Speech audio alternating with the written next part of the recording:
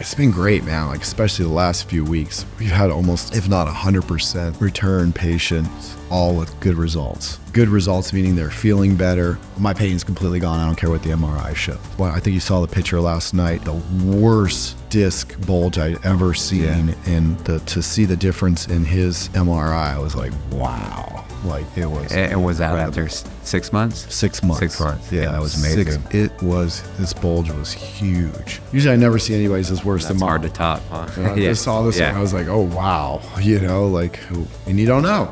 Yeah. You don't know till you try. Like, that thing is huge. I don't know if it's going to work, you know, but it worked. He's completely out of pain in 6 months. Back again, CPI Podcast. Josh Emmett, man, thanks for coming down. Good to see you again. Yeah, it's great to be here. Great to see you and the whole staff. Yeah, they love you down here, so it's good. You know, you're doing something truly amazing, and it's literally the first time I was here, it's like by the time I got to know everyone, you know, we're all going through the same thing, and all the staff, it's like, I didn't even want to go. Like, as soon as it's Friday, we have to head home, I'm like, shit, I wish I could stay, you know, another week or two.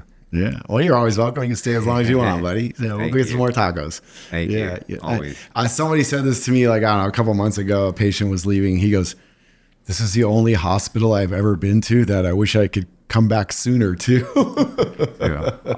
I agree with that 100%. Yeah, it's like I've seen too many hospitals. I'm like, I just want to get the hell out of here. But this is something I'd say do a retreat in. It's we try. This comes from the cancer patients. You know, the cancer patients spend a minimum of 3 weeks with us. Could be 6 months, right? So how do you make it feel as much like summer camp as possible, right? Yeah. You know, because they're here a long time. So how do you create an environment where you don't feel like you're in a sterile, insane asylum? Yeah. All white walls, you know. I don't know if you saw the hospital before we started the remodel. The patients, they would write messages to each other on the walls, like graffiti. Mm. And some of those messages were from patients from 35 years before. Oh, wow.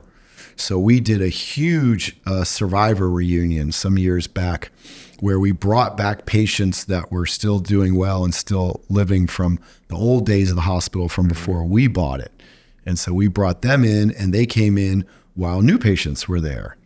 And we had this one patient, and she celebrated her 21st birthday in the hospital. And she had a brain tumor that when they removed it, she lost her ability to talk and some of her motor skills. But she was still fully cognitive, right? So she had to write everything. Mm-hmm. And her and one of the nurses one day, she would come and go from the hospital, put their hands up on the wall and drew a thing over it. And she wrote a thank you note to them. Oh, that's awesome. And so then the other patients that were there were like, we want to write on the wall. And then it just became the whole hospital. Almost there wasn't a wall that didn't have, we just allowed them to paint, draw, write messages, whatever they wanted to do. And then so when all these, it was like 25 patients or something like that came back, then, you know, they all wrote their messages with the dates that they were there too. And so it was, you know, if I was ever having a bad day, I could walk around and read some of those messages.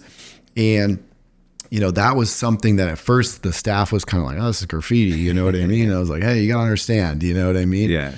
And because of that, I think, you know, everybody's on the bus. Mm-hmm. Everybody comes to dinner together. And you got your group thing, you know, and it just, and, you know, people just make their own little group inside the group. Yeah. But we have returning patients that they all schedule their return to be here at the same time because they stay friends and stuff like that. That's awesome. And it's very rare we get somebody who's a jerk. Yeah. You know, every once in a while I got to boot somebody out. Yeah, right. Who's a jerk. But, and just, I think that that starts with the staff. You take care of your staff.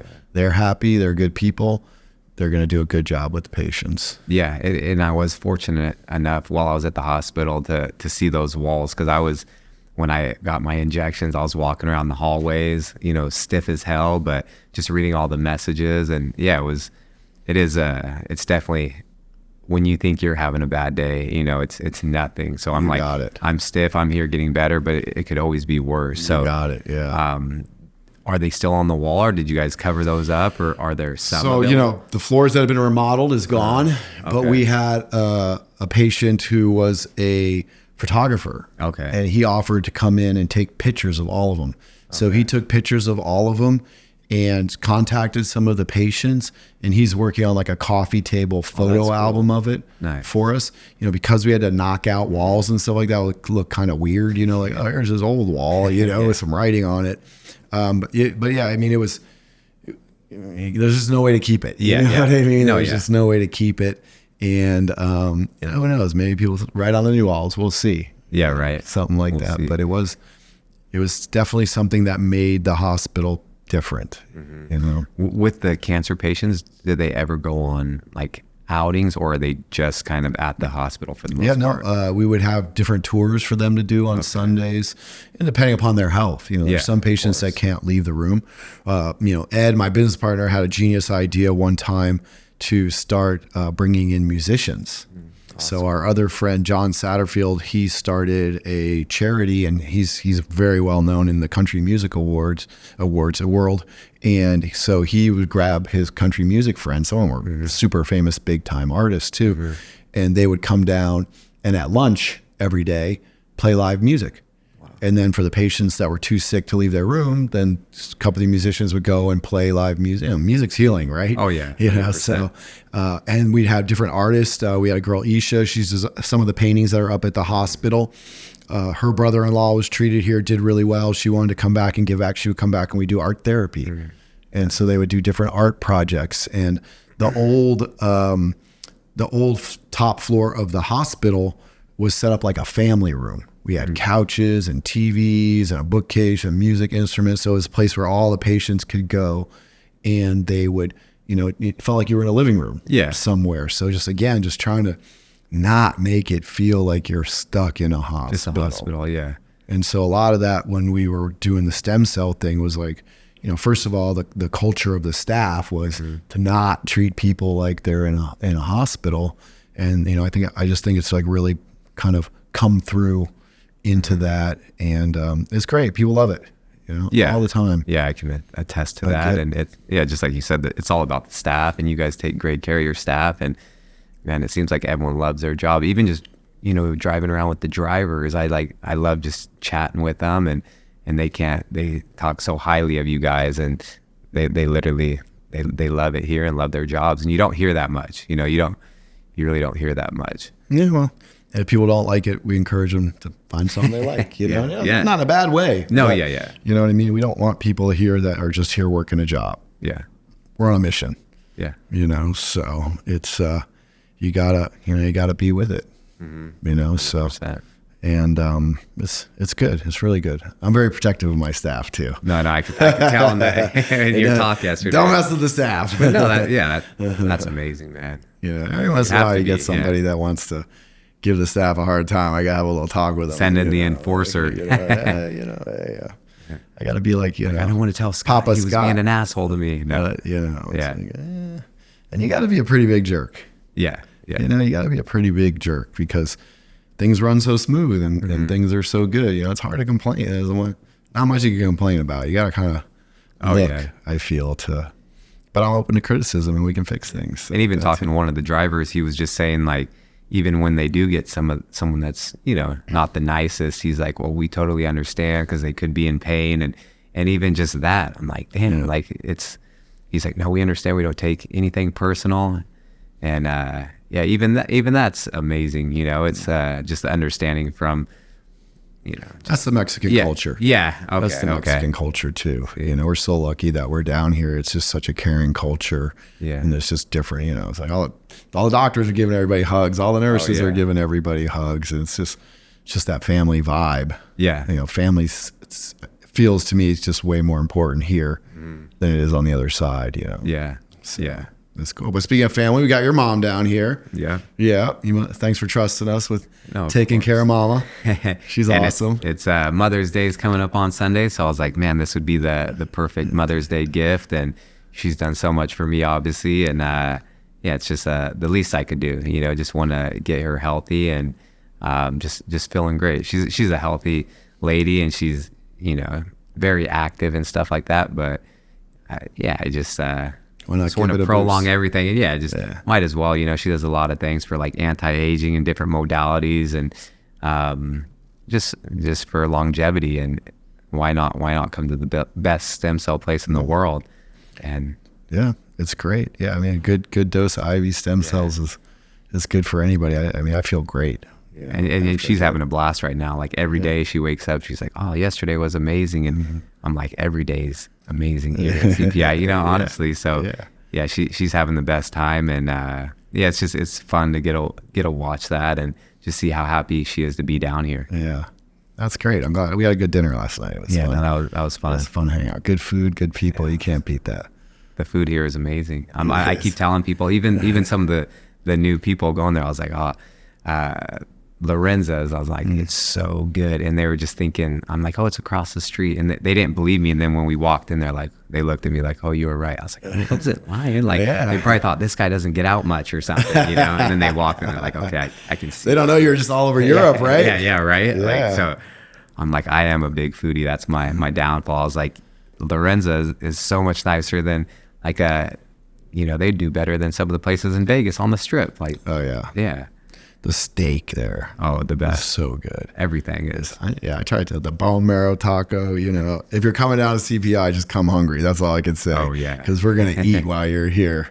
We're going to eat. You know, even with, I'm frustrated right now because we have to serve the food in those plastic containers because everybody's at the outpatient facility on the beach, kitchen's back at the hospital. But when everybody was, getting treated at the hospital, your food came out like a restaurant.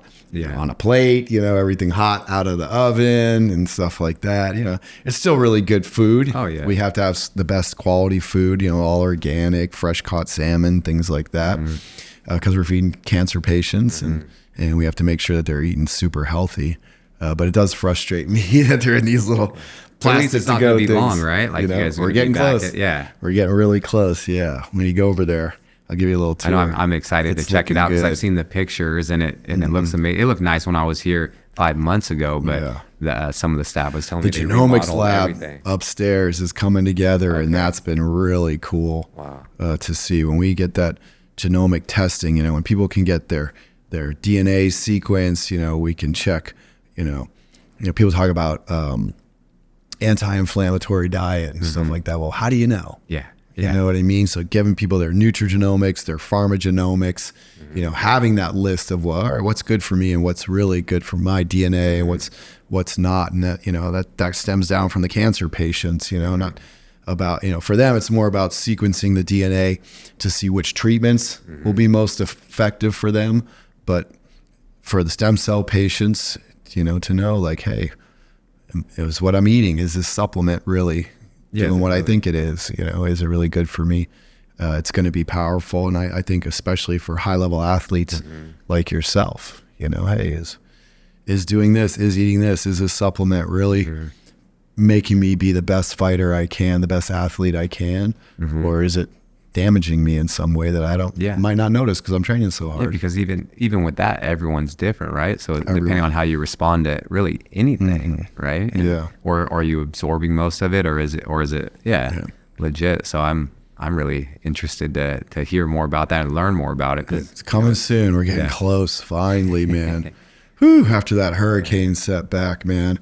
I did not see a light at the end of the tunnel, but it's getting close, like the stucco's all going up on the outside. It's just awesome.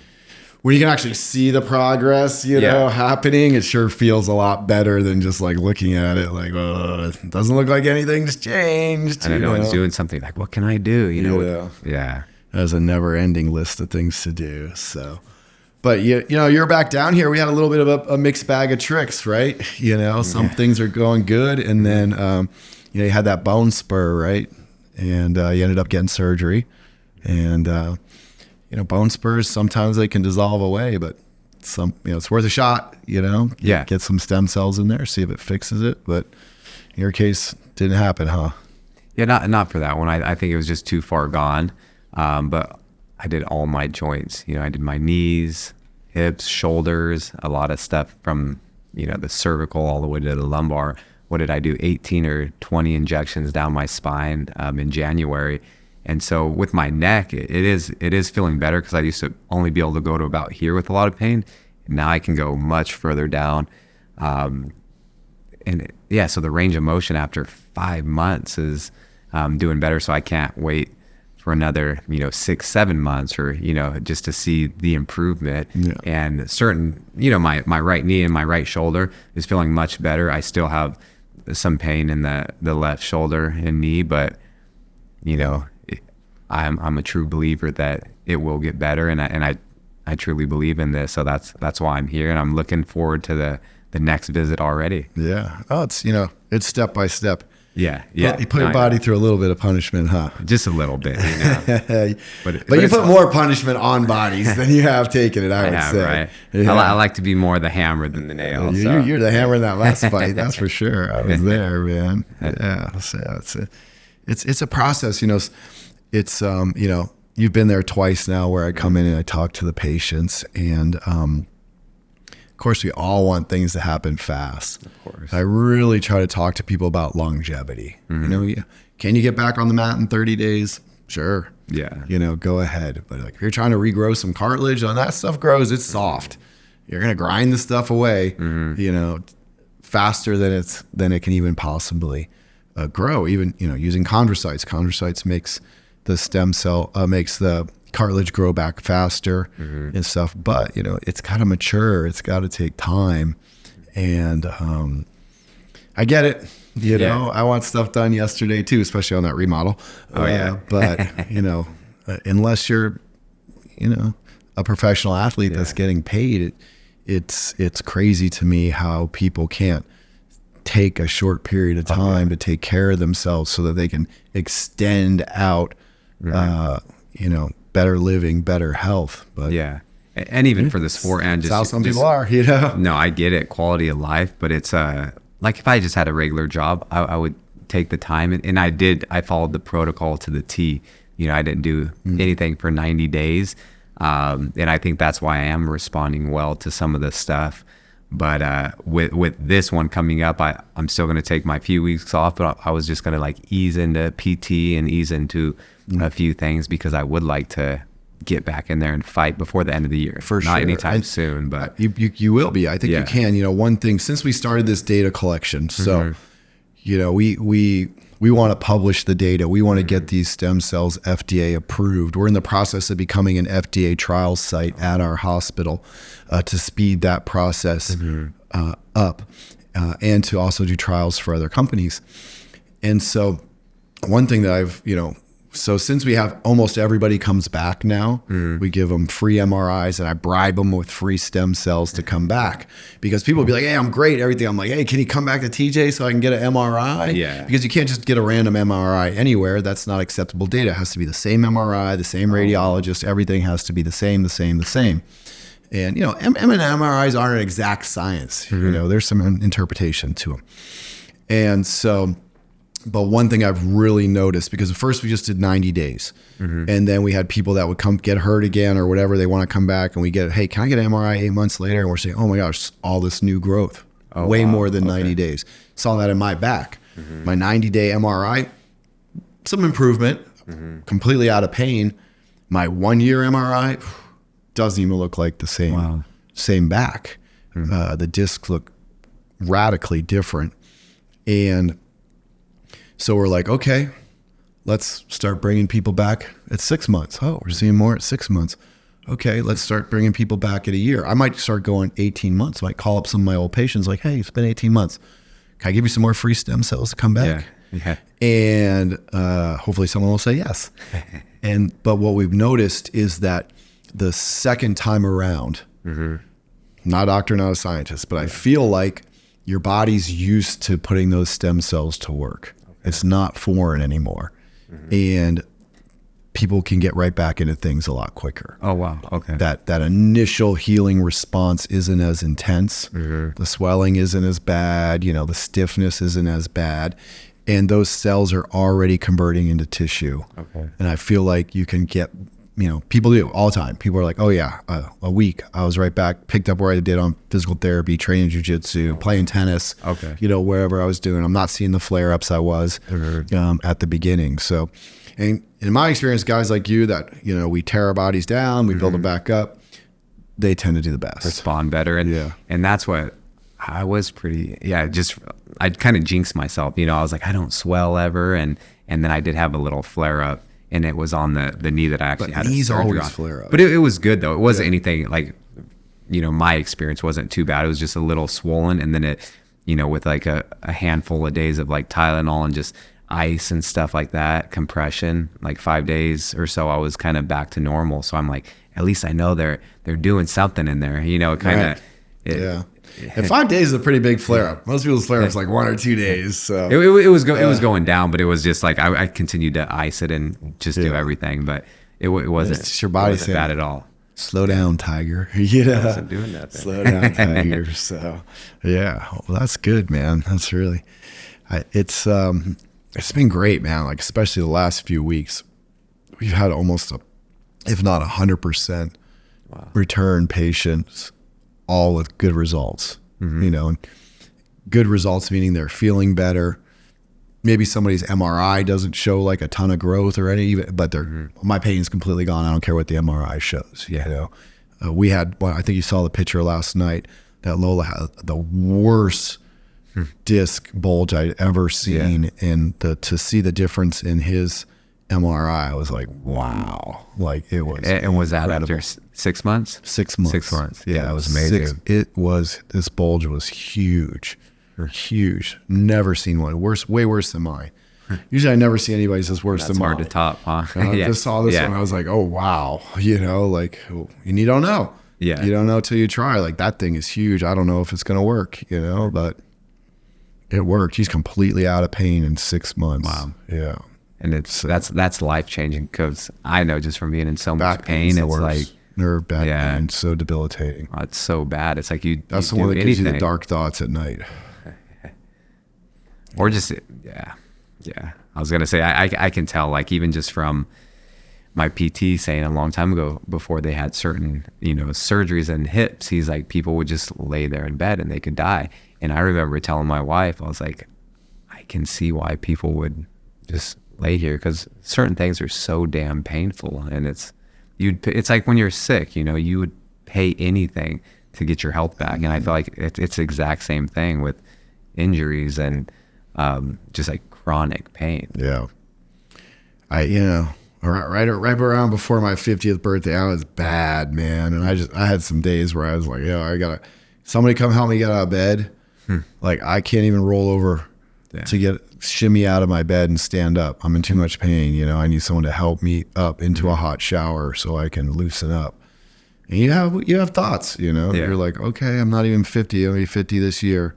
It's not going to get better. How long until I'm in a wheelchair? Yeah. Do I want to live my life in a wheelchair? What's the point?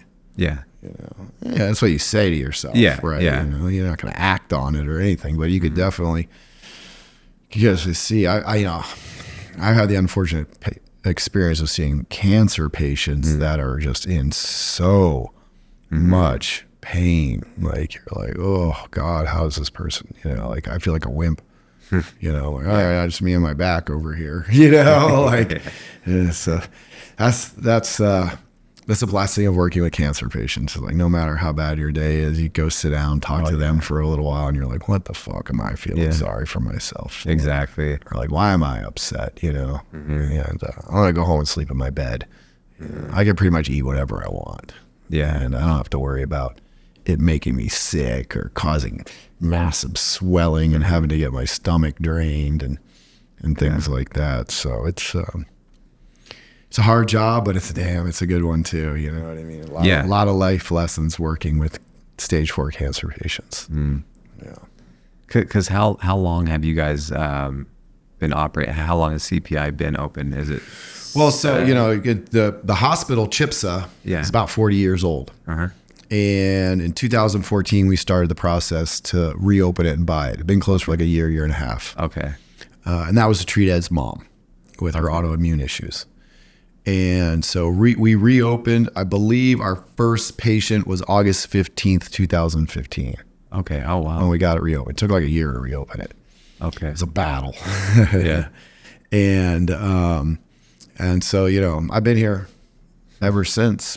And originally opened the hospital to do ibogaine and holistic drug rehab with autoimmune, and then a lot of the doctors and nurses, even the kitchen staff, when they heard the hospital's reopening, they came and said, can I have my job back? I loved working here. And the old original owner had retired. And let's go, you know. And so that's when we started learning about cancer. And, you know, those doctors treated autoimmune patients as well. We ended up not doing the drug rehab because, you know, we had hoped that, like, you know, the addicts and the cancer patients could come together, you know, inspire each other. But nope, it was oil and vinegar. Yeah. Neither one of them wanted anything to do with each other. And, you know, working with addicts is really hard. You know, when people don't want to fight, you know, like, it's just hard to, you know, I'm sure you taught class and coach guys, you know, it's like, you can't make somebody go out there and train hard. Yeah. And you can't make somebody stop doing the habits or hanging around the people that they were hanging around. Some people do. Some people want to get clean, sober, get their life back. Those were usually the people that got hurt, got put on pain pills, got addicted, got cut off from their pain pills, and had to look for something else. Yeah. Because there was no way to get clean that worked for them. But the people that were just didn't want to quit, you know, it's just like, you know, you don't want repeat customers in that business, but we would see people come back, you know, like the Ibogaine worked so good, they'd be clean, blah, blah, blah. 3 months, 6 months later, they're out of their mind again and they're back, you know, it's just like, hey. And that is tough because like I kind of grew up that way, just like my older brother and father, you know, addiction, mental illness, but it's the same thing with, like, they didn't want to change. They didn't want to get sober. You know, it's like hard. My mom and I, it's super hard. Yeah. And so it's like, we wanted it more than them, and we would do everything for them. Right. Like, we kept like, hey, let's get you in treatment. Let's do this. We take them everywhere. But it's like, at the end of the day, if you don't want to change or want it for yourself, like, there's only so much someone else can do. It's a chemistry change in their brain, you know, and it's, you know, I think anybody that, you know, obviously I never fought in the UFC or any level like that, but I trained for a long time. Yeah. And that's an addiction too. You know, when I after my back surgery, 8 months, man, just laying flat on my back, like, what's withdrawal? Yeah. You know what I mean? Yeah. And it's easy. And you know, they were prescribing me like 240 Norcos a month. I liked them at first. What else am I gonna do? I'm just laying on the couch watching TV. Yeah. You know what I mean? And so it's for me, it's like very easy to understand that. And and they, you know, they talk a lot about, you know, you have to trade one addiction for another. Yeah, that's true. Right. So it's like, okay, I could see how if those people, like, you know, you try to get them into jiu-jitsu or the gym or something else, like, where can you take that energy that was looking for your next high for a different high, you know, whatever that positive is. route. Yeah. And not everybody has a supportive family. And if you go back and you hang out with the same people you were hanging out with, like, come on, you know, you're not gonna. Recipe for disaster. Yeah. You got it. Yeah. And that's how I treat, you know, when I'm in camp, I treat it, I would say, like an addict. You know, it's like with my weight, or I mean my diet and everything. I wake up every day and I'm like, I'm going to be perfect today. I take it one day at a time, like one meal at a time, and I have everything mapped out. And then I go to sleep, I wake up and repeat. It's another day. I did good yesterday, you know, and I just keep building off of that.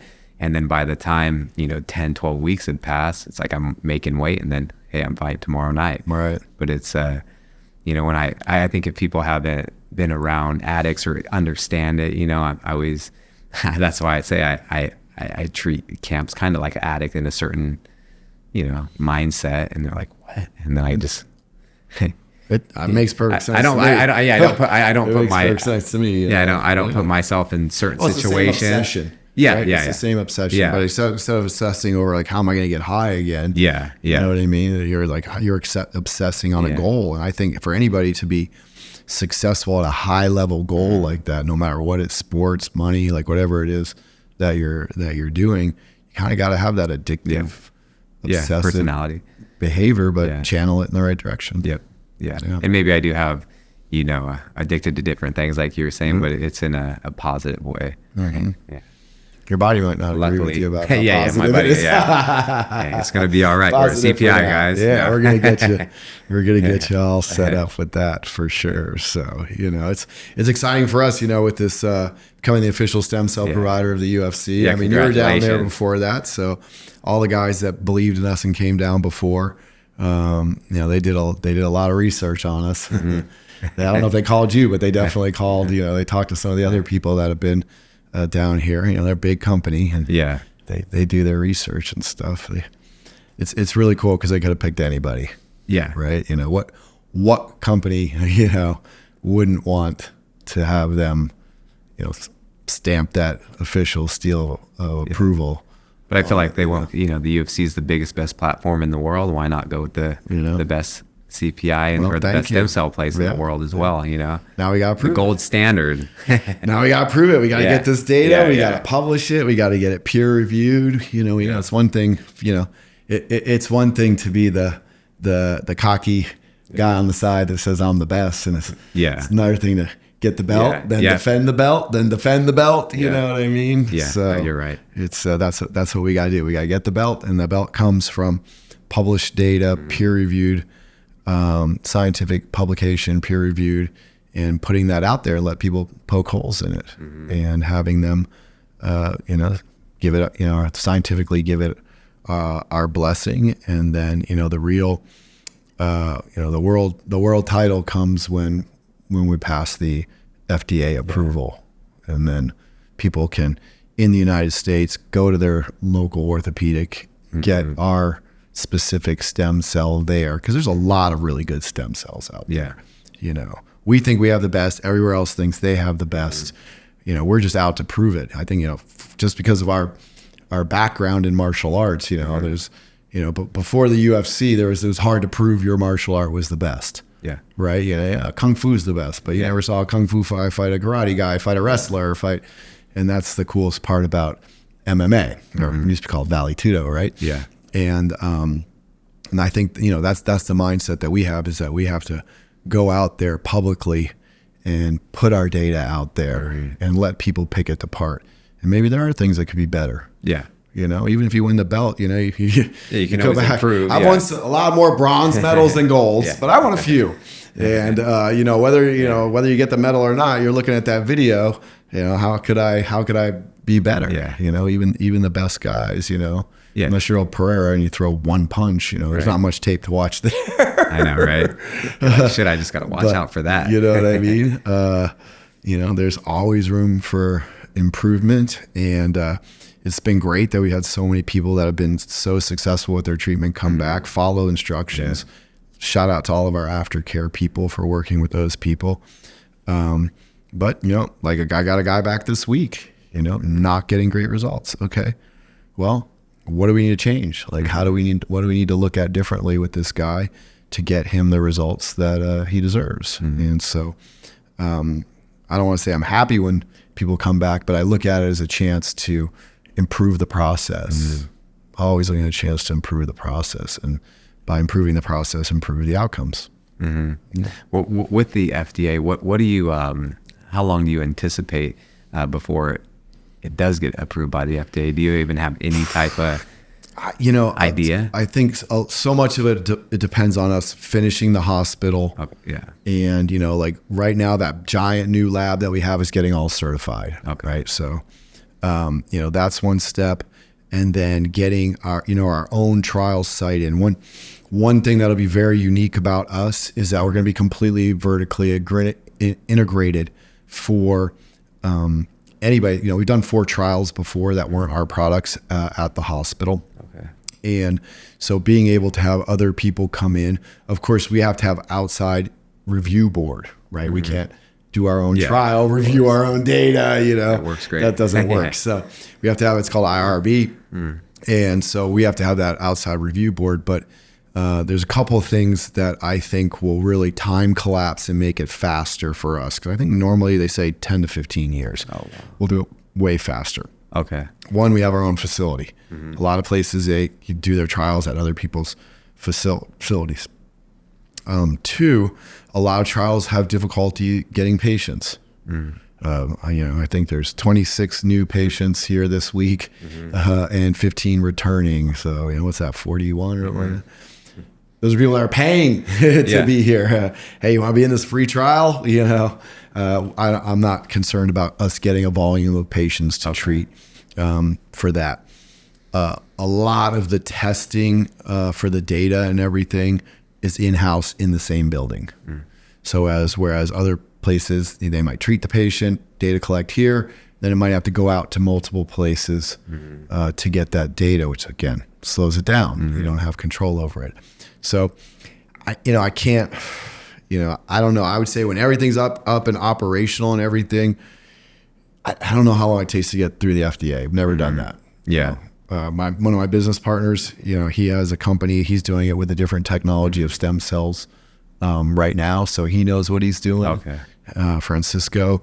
And so I think, with him going through the process, of course, he's going to know the process. He's going to know how he can do it better, do it faster, not make mistakes, right? Yeah. The key is to not make mistakes, but I couldn't tell you, man. Yeah. I'd love to do it in 5. I'd love to do it in 5 years from when we're ready to go and get it done in 5 years, but never done it before. So I don't know how long it takes. Okay. Yeah. The crazy thing is though, probably no matter how long it takes us, the way technology and science is coming, we'll probably have another even better rendition of a stem cell that's available, at CPI before these ones can get to, unless you're a COVID vaccine, it seems to take forever to get things approved. Okay. Yeah. Slow process. Wow. That's exciting stuff. So it'll be good. I think it'll really change the healthcare option. Every day, I was told my only option is a fusion. Oh, my only option is a disc replacement. Oh, a knee replacement, a hip. There's so many people that were told they needed some type of shoulder, hip, knee replaced. One treatment. Wow. 3 months later, they don't need it anymore. I'm dealing with my father-in-law right now too. It's like he's a general contractor and he's up and down the ladder and just working a ton and his knees are swelling and he sees his doctor and he's like, oh, you need a double knee replacement. But he's like, my knees don't really hurt. They don't feel like they're bone on bone or anything. They just keep swelling and they get tight. But eventually I want to bring the whole family down here, bring him down. And even my mother-in-law, she has RA. So we do good with that one. Yeah, that's what I've heard. So I'm like, that's a goal of mine to get my in-laws I gotta say, nothing works for everybody. No, yeah, of course, 100%. I've seen some good results for RA patients. Yeah.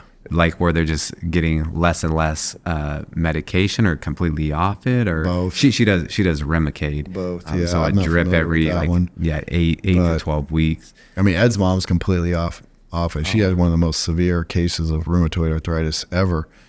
Oh wow! But it's more than just the treatment. Yeah, it's a lifestyle change. It's a diet change. It's finding what is causing those flare-ups, and so there's a lot to it.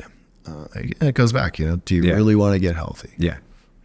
If it's the alcohol, are you willing to give up the alcohol? If it's the nightshades, the tomatoes, are you willing to give up salsa?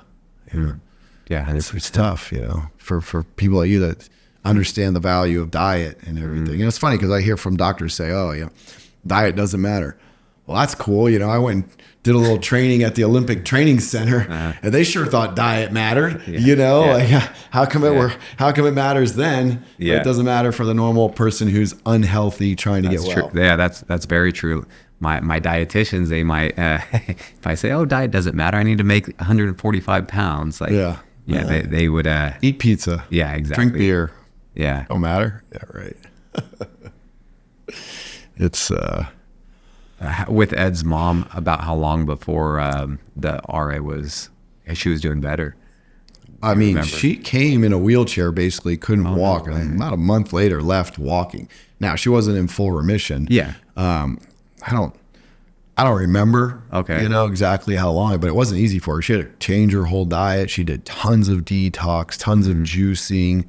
Gave up cigarettes, might drink a little here and there or something like that. Just a big, giant lifestyle change for her. But she wanted it. If you're just like the belt, if you really want it, you'll make those changes. You'll make those sacrifices to get it. And that's in the cancer side. Twice a week we had a class called Power of the Mind, and it was just really. It's like a mental coaching, emotional intelligence class, in group therapy. Okay. So people can see they're not alone. They don't have the same, when you see other people have the you know, there's nothing better than having a buddy sitting there cutting weight with you, right? Yeah. Spitting, sauna suit, you know, on the bike right next to you than doing it alone. Yeah, so you're not going through it on. Yeah, you got somebody to commiserate with, right? Yeah, that's true. Shut up and spit some more. No, you can't have that water. You know, well then you can't either.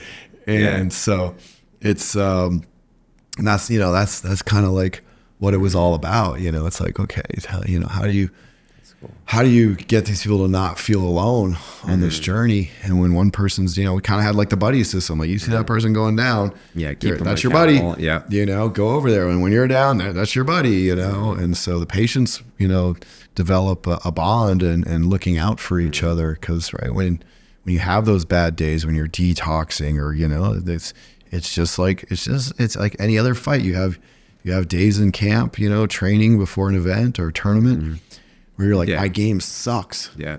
I got my guard passed by a white belt. How am I going to win at brown? You know?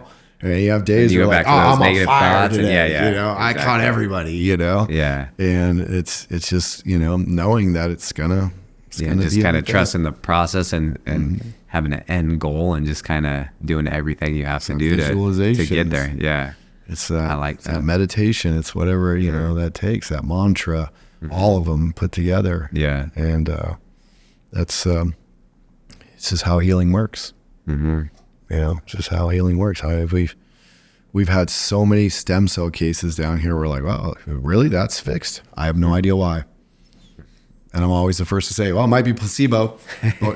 We'll take it. You know what I mean? We'll take it. You know, like whatever it is. I'm like, I have no idea how a stem cell healed or fixed that. Doesn't. Scientifically, we don't know why, right? But it is. If you'll take the patient's better, then more importantly, they get it. Yeah, right? It's all that matters. So it's I mean, with especially the volume of people that are coming down right now, it's like every week there's just like something. How far are you guys booked out right now, or like 3 or 4 months? Jesus. Yeah, I gotta get in that bigger hospital. So like, I mean, it's so packed down there right now. You know, I was like, all right, I'm going to limit it till 20. Yeah. You know, and I was like, oh, okay, can we fit 23? We got some people, it's the only week they could come. Okay, 23. You know, that's 25. You know, like, right, it's 27. Now I'm like, guys, there's no room for another chair in there whatsoever. Are you guys going to double the size at the hospital, or what's we can. We were figuring it out on the floor the other day, and I think it's either 42 or 48 chairs can fit, but it's too many. Yeah. Okay. I got to make sure the level of care stays of course super high for people. MRIs is a big, you know, we limit people now to 5 MRIs, not because I'd only want you to get 5 MRIs. More than that's a lot, but there's just not enough. You know, I've contracted out 4 MRI places. You can only do so many MRIs a day and fitting people in. And when people come back, I got to get you in the exact same MRI machine for the data to be good. Yeah. You know, sometimes it doesn't happen and we just do the MRI at the other place, but I won't be able to use that data for anything that can be published. It has to be the same machine, same radiologist, same machine, same radiologist for it to be accepted. Are you guys going to get MRI machines at the hospital or? Yeah. Eventually. Yeah. Okay. I have to. Yeah. I have to. Yeah. It's the bottleneck right now. Wow. So, but we'll even with that many patients, and it's like you'd have to have. I don't need more patients, really. No, I'm saying with so many patients, you'd have to have. It seems like a handful of MRI machines too to even handle that volume. 4. Yeah, I'll probably take 4, and they're not cheap. No, that's what I'm saying. That seems like it's going to be a big building. It's going to be a lot of power to do that, and but in the quality of care can't drop. You know, the quality of care can't drop.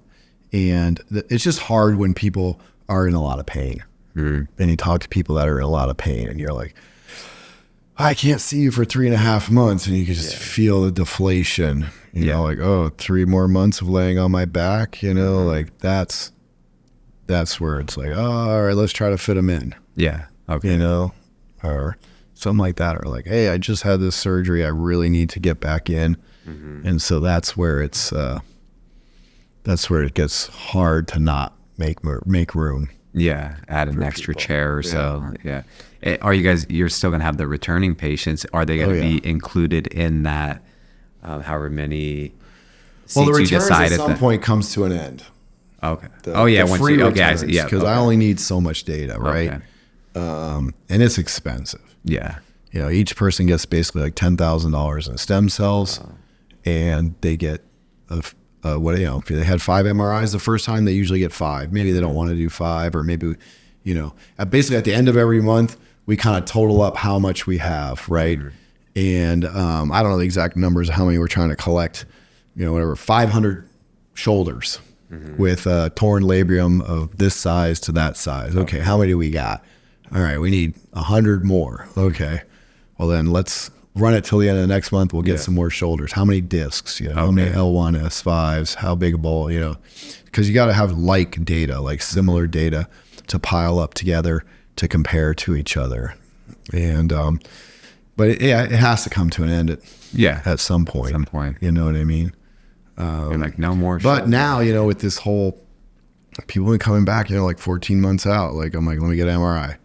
You know, so there might be a whole nother round of, okay, you get to come 6, 12, and 18 because I want that new 18-month. Yeah, just data. See what it's looking like. Yeah. You also can't control what people do when they go home. Yeah. So, yeah. One thing about being able to fix people up easy, and myself included, you get a little more risky, you know, like, I'm willing to go push it a little harder knowing that I can just, you know, go back and get some stem cells in a couple months. I mean, when I did my knee, it was like a month and a half. I'm like, oh my God, I can't believe how good this knee feels already. You know, I'm like, damn, you know, and I took my time on it, but I could totally see how a month and a half in, somebody that really had something they want to do. They go do it. 3 months you should at least. Yeah. I work here every day, so other than going to the gym and riding my electric dirt bike around or something, like maybe a little kiteboarding, I don't really do too much. Yeah. That could really mess it up. But it was, you know, it was crazy. I hurt my knee before. How fast. Was that from falling off? The electric skateboard. It was from the electric skateboard. Yeah. Okay. Crashed coming off the curb. Did you tear anything, or grade 2 meniscus, 50% of my PCL. Oh shit. PCL's almost, last MRI was almost fully healed. Either the meniscus doesn't show much, but it feels great. It feels better, yeah. Or I moved in the MRI so that they couldn't. I see. They couldn't get a clear picture on it, and they wanted me to go do another MRI. I'm like, I feel great, man. Yeah. And I feel that's what I was saying at the end of the day. If I had no pain, I can tell it's so tight. It's, you know, it's the same as this one. You know what I mean? Before it would slide so far forward. You know what I mean? Yeah. And to like completely straighten it out like that would hurt. Nothing. It's the same as this one, and I've never hurt this one. Okay. You know, so it's 55 in August, bro. You know what I mean? Like, oh, it's great. You know what I mean? Like, nobody's giving me any money to fight or anything, so it's good. You know. So, pick up another hobby. If I'd actually make some money with this knee, right? Okay, you know. But I just needed to walk around and get through an hour at the gym every day. Yeah. So perfect. That's all I need. Yeah. It's good. What about you? When do you think you'll be able to get back out there? Man. Probably gotta let this settle in. I know that's why it's like with coming down the beginning of the year, doing, you know, the treatment now. Yeah. Hopefully I can get back into doing some light stuff in the next, 6 to 8 weeks, and then you might be able to quicker than that. You know. Yeah, just like I don't see how the post-surgery stem cells help that heal up. Okay. Yeah. And that's the one that I don't get to do a lot. Okay. You know what I mean? A lot of people are like, oh, let me see how this surgery goes. You know what I mean? And then a year later, like, oh, it didn't work. Then they'll come get the stem cells. It seems to be like either people that are like our friends or like friend of a friend or an athlete that heard about it and wants to get back to making money. Yeah. Will come down like, hey, I got surgery. How quick can I get stem cells to speed up this healing process? Your average person doesn't get the surgery and think, how can I get this to heal up faster? Like, just let me see how this surgery goes. And then if it doesn't work, then they'll show up, you know, because we get a lot of people that come down that the surgery didn't do. Didn't do what they wanted them to do for them. And I've been that way with so many different things, you know, when the doctor's like 6 to 8 weeks, you'll be back to 100%. And some things it's taken me years and I still feel it, but I'm just able to, you know, push through. 3 months on my back. They said I'd be back. Oh, yeah, I wish. Yeah. 3 years was more like it. I remember with, I couldn't even put on a boxing glove without having discomfort for years, and it was supposed to be 6 weeks. I'd be hitting as hard as I could with the thing, but wishful thinking. yeah. But as far as like the fighting, I'm hoping to fight in the fall, or maybe I will fight this year. So good. I made it my goal. Hopefully it'll be one with the CPI logo on the canvas. Oh, for sure. Yeah. Hopefully the guy will be laying right there in front of it. That'd be great. We had a knockout on top of it in Brazil. I know, right? You know? Yeah. Everybody's like, they're right on your logo. I'm like, he's blocking my logo. That was Michelle Pajeda. Yeah. Right. Yeah. Yeah. I saw that. That's awesome. Good fights down in Brazil. Yeah. Man. Yeah. There's the UFC has been really good lately. Yeah. I mean, Just put 300 on was crazy nuts. cards. Yeah. You were there, right? Yeah, I was there. 300. Yeah. It was nuts. I know that Holloway Gaethje fight. Yeah.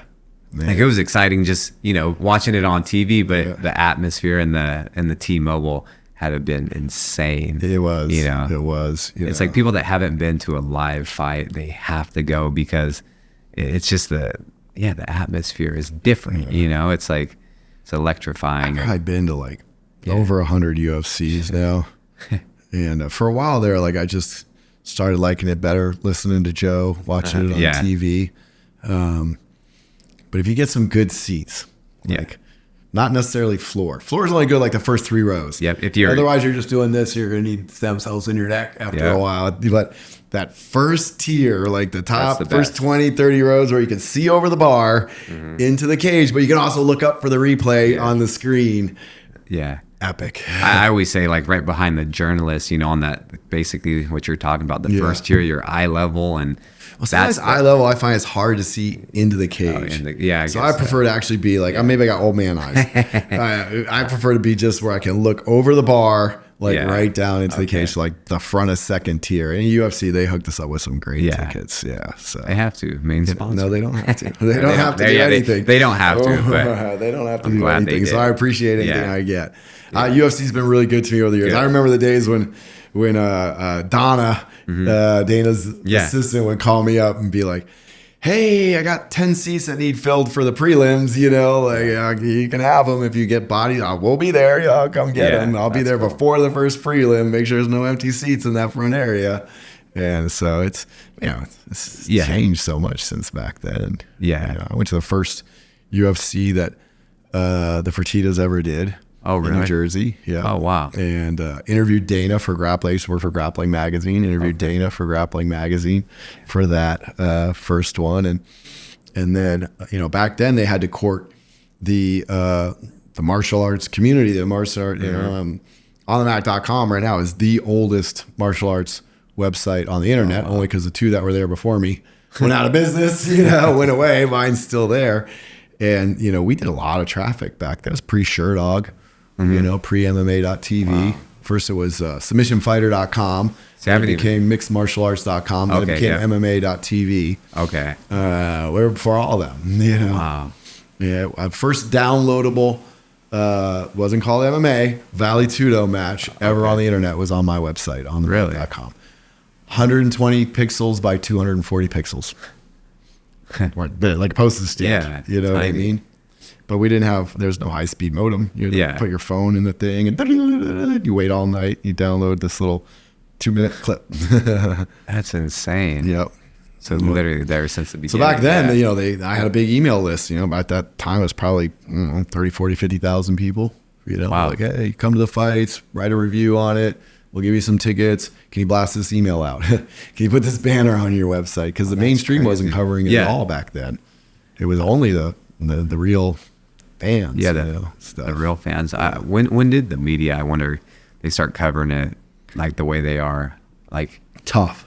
Okay, maybe so a little like before 2000. that. Tough really blew everything. Yeah, that before that it was getting covered. Oh, it was. Okay. I don't know when it actually started to go more mainstream in like the media and the news and stuff. I think Tito had a big part of that. Okay, that was like one of my all-time favorite fighters. Tito. Like just growing up watching the sport, I was always a fan of it. I still am. And my buddy and I, we were watching like the UFC getting the pay-per-view back in like 99, 2000. Like I was in high school, a freshman, and that's when they only had like a few a year. Yep. And so it was fun. Then they started, every week. But now I love it. It's like we don't have a fight, on a weekend. It was like, what do I do? They're bummed that they take a week off. But Yeah, it's pretty rare they take a week. I mean, there's so many of them, it's hard for me to follow. Like, I'm just so busy. I just can't follow it like I used to. I mean, it's for everybody. Yeah. And the sport was so small back then. We all knew each other. We were all stayed in the same hotel. Sometimes you're on the same plane, you know, like at the same airports, you know. So you just end up meeting everybody and seeing everybody over and over again at every single fight, you know. And then I took off down to Brazil for 3 years to just go really train jiu-jitsu hard. And so I kind of like checked out, and then, you know, tough hit and stuff like that. I came back and it had just blown up, and then it just kept blowing up, you know. So now it's the largest sports league in the world. Yeah. You know? Yeah. I mean, there's no other sport where, like, you know, Uzbekistan or wherever, you know, these guys are from has their top guys. China's got their girls, you know, like all this, you know. More people watch the Super Bowl, more people watch soccer, you know, or whatever it is. But in sheer volume of countries and stuff of people that participate. Even just going to other countries and stuff like that, it's like, everywhere we go and travel, it's like if you're a fight fan, like they know you're a fight fan. They know who you are. You Yeah. know what I mean? But I feel like a lot of other countries, they're not really watching American football and stuff, you know, or basketball and stuff like that. So it is, you know, I do feel that. Who's the top Dagestani U.S. football player? It probably doesn't exist. Yeah. You know what I mean? Yeah. But that's how I feel about even the UFC when it's like, I'm like, it's the biggest and best because, say, when Bellator was around still, it's like, hey, name every champion in Bellator. It's like, I can't. I can maybe name one or two, if that.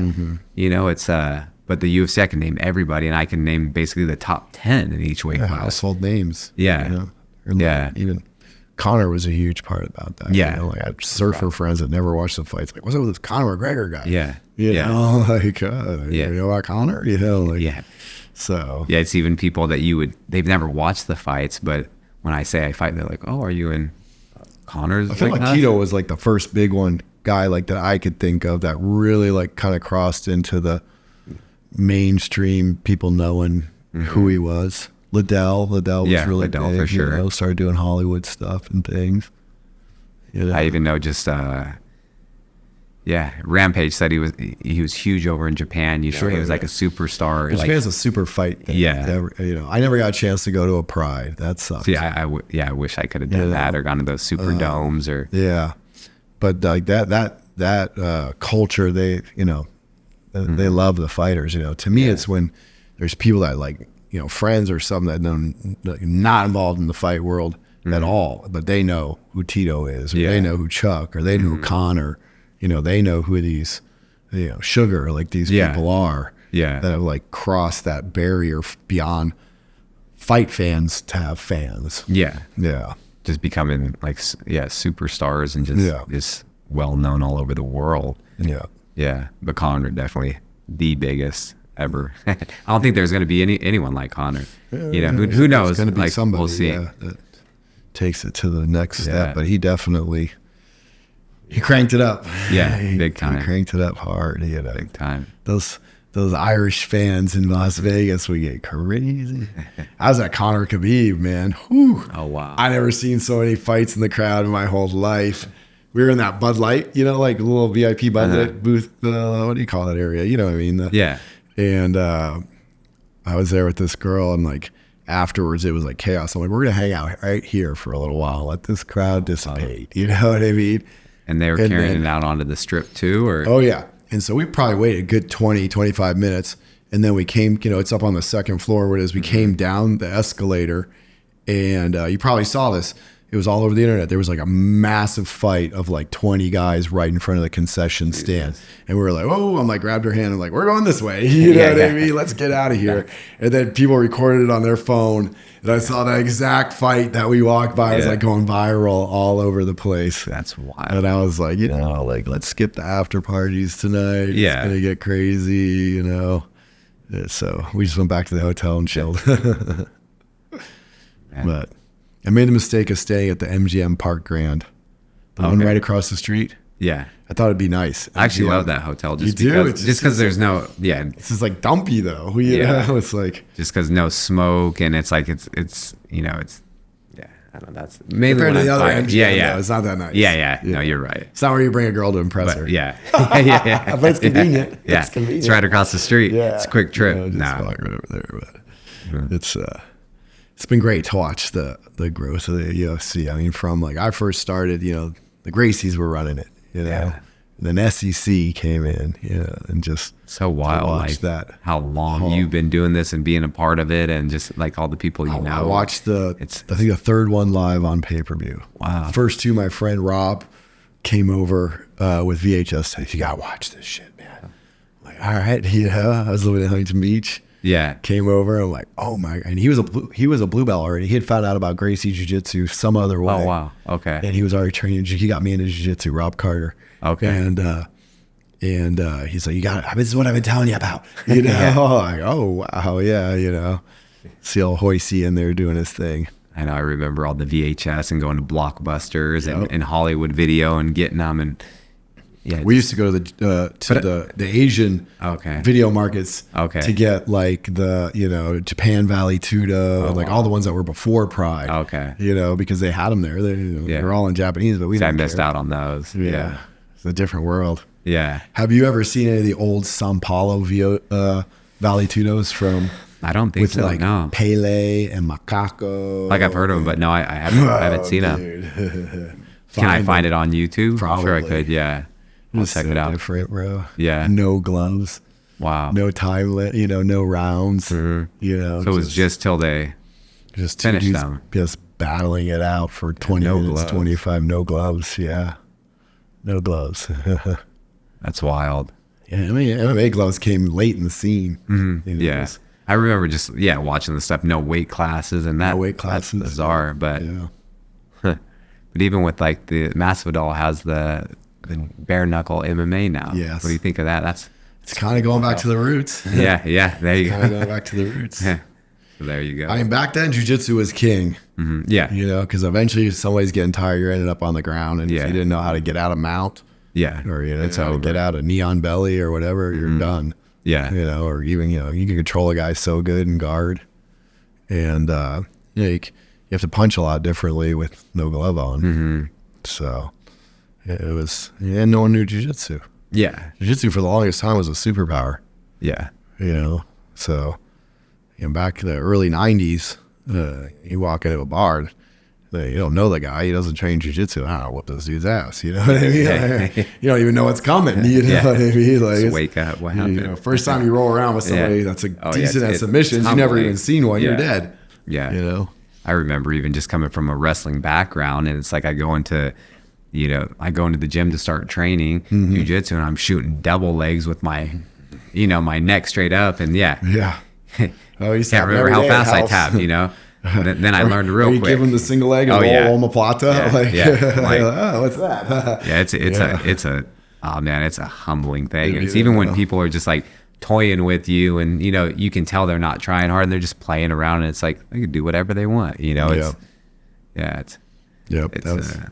was the first guy at House to train with BJ Penn. Humbled. I bet. Yeah. I was used to like beating up on the new guy, and then comes this like 125 pound Hawaiian kid. I'll go with this guy. Murders me. Like, what the hell is that? Yeah. Remember he footlocked me so fast the first time. I'm like, what the fuck was that? Where'd that come from? I've never seen that before. That's good.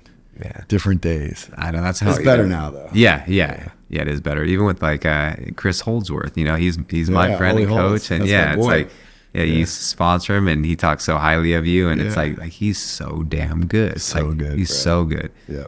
I wish there was a time I could beat him. Yeah. It was a very short period of time. He's bad. And he has another guy under him, Lou, that it's his first black belt, and he's obsessed with it. Just like you're saying, all he does is just watch tapes, and he just sits there and he's just drilling on his couch and just with the air, and he's like, man, I want Chris to compete though. I'm like, Chris, he's going and going with his students now to these tournaments, but I'm like, damn, Chris, I want you to compete. How old is he now? He's like 34, I think 35. Yeah, he's young. Yeah. If I'm jumping in there, like, come on. He'd whoop some butt. Yeah, he would. Yeah. I mean, I was down in Brazil. I could have been competing in the Masters division, and I was fighting adult division. Like, whatever. let's go. You know what I mean? And I didn't get many goals, but I won a bungi matches. You know? No, that, yeah. So I got some highlight footage. Yeah. I like it. And I only did one no-gi tournament, and it was worlds, but I think I did in the masters division. So it's so easy. It was like nothing, you know, I just took people down, used my wrestling and, you know, tapped the guy in the finals, but it's like, but you know, in the masters division, you get up into like black belt. Yeah. That's no joke. You could be fighting a guy, you know, he got his black belt when he was 19. Yeah. Just now he's 40. Yeah. 20-year black belt. You know, yeah. I'm like, oh shit. I want to go through this. Yeah. I mean, brown belt and below masters division are probably all right, but there's different levels to black belt. Oh yeah, big time. Yeah. Which, you know, because it's like you're rolling with people and, oh, that guy's a black belt. I'm like, really? But then or there's like, you know, high level purple belts and brown belts. I'm like, shit, that guy's purple belt's the best belt. Yeah. The least pressure. You probably got taps and browns and blacks. Yeah. And if you get beat, doesn't matter. Yeah. And your body's not too broken yet. Yeah. I was purple belt for 7 years. Yeah. That was good. I know. I would like to eventually, after fighting, get back in the gi, just because I don't do the gi, you know. But I want to get belted like the proper way. Yeah. You know, instead of just, you know, winning. Used to be good in the gi too. Yeah. Real good. Yeah. He's good at everything. Yeah. And I feel like he's just staying current with everything too now. So I'm sure, you know, he's evolving. He's getting even better, and he's just setting you up. And I know certain things when he's doing stuff, I'm like, I know he's trying to set me up. So I just don't react to certain things. I'm like, I know what you're doing. He's just laughing back there, you know. He's good. Yeah. Back at Cobra Kai with Mark Lehman, man, that was a serious gym. That was like all the Americans could go without the, you know, Brazilian criange, like you're a traitor for training other people. And man, the mat there was full of talent, you know, back then. Plus it was in Vegas, so all the MMA guys would come through there. Yeah. All the jiu-jitsu guys come through there. A lot of wrestlers came through there. Do you still have time do you ever like dabble in that still, or are you? I don't want to. No. Yeah. First of all, jiu-jitsu, man, you train it part-time, you're just looking to get hurt. No, you're right. Yeah. My body feels so good for the first time in so long. You know, so you don't want to jeopardize that. You know, before getting into jiu-jitsu, I was hardcore snowboarding. I broke ankles, dropped my intestines through my stomach wall, you know, messed up my back, you know, had a few motorcycle wrecks, did jiu-jitsu, you know, I broke my neck in a motorcycle wreck, broke my ankle in a motorcycle wreck. And I just, for what? Yeah. That's the way I look at it. Like, it's so nice to wake up and no pain. You know, only like stiffness from the gym, or something like that. Or I sat in my car for 5 hours in traffic, and my back's tight. You know, I don't. I don't know. Like, when you put it like that, I'm like, I get it. Like, why? Like, I lay there, man. I had to give it up. You know what I mean? It's like, it's an addict thing, right? Nope. I already gave that addiction up. You know? Not going back. I don't need to go back to it. I trained 27 years. Like, I don't have anything to prove. I don't, you know, one of the things is like after I finished training jiu-jitsu, like, you know, I realized if I would have put, you know, I was never gifted enough or had the ethics to work hard enough that I was going to be the best, right? The best. So I was like, you know, if I would have taken 25, 30, 50% of that time and focused on making a living and creating a career and having money, then when I was laying there in pain and trying to figure out how to work, I wouldn't have been so broke. Yeah. You know, so, you know what I mean? Like, you live and learn. It's like, you know, nobody was making money. I wanted to fight MMA for a while. And then one of my teammates at Half Gracie was fighting out on Saboba, I think it was, you know, one of the little Indian reservations for $500. Broke his nose and his cheekbone and his eye socket. Still won the fight by triangle, you know. for $500, needed like $20,000 in surgery. I'm like, oh, That's I got horrible. I got a decent tech job. You know what I mean? Like, what do I want to do this for? $500? You know, what's the point, man? We already fight in the gym. You know? Like, I just want to be able to beat people up if they talk shit at the bar. Exactly. You know, I can already do that. You know, like $500, I'm gonna win 500. I think, you know, whoever was like the main card, like, you know, that night, you know, maybe like 1,000 or 1,500, maybe $2,500. You know, oh, it's funny you say that because even I was just I make $80,000 a year at my tech job. You know, like. I was at a local fight and and now the talents is so good, you know? And so these kids I'm watching, like I'm sitting there watching these guys, they're beating the shit out of each other. So good, both of them. They're maybe making 5 and 5 now. Like the pay went up a little on the regional scene and now it's like back to there's no shows and it's like, they're not paying them anything. I'm sitting there and they're just cut up, bloody to hell. And I'm sitting there, I'm telling I'm like, this shit is not worth it. Like I don't, you know, like, 5 and 500, not 5,000. I'm like, dude, it's a like you were saying earlier. There was no money in grappling before. I figured that out. I'm like, I can make more money selling VHS tapes than any one of these guys is winning in a tournament if you added them all up for the year. You know, funny. I'll just make the VHS tapes. It pays the rent. You know, I can move to Brazil and train, have fun, surf, chase girls, make videotapes. And have a better living than these guys that are in there trying to, you know, go win some tournament for $500. You know? That's true. No, thank you. Well, buddy, let's wrap it up. I know you need to get back over there and see your mom. Always good to see you. See you. Thanks for having me on. And it's great to be here.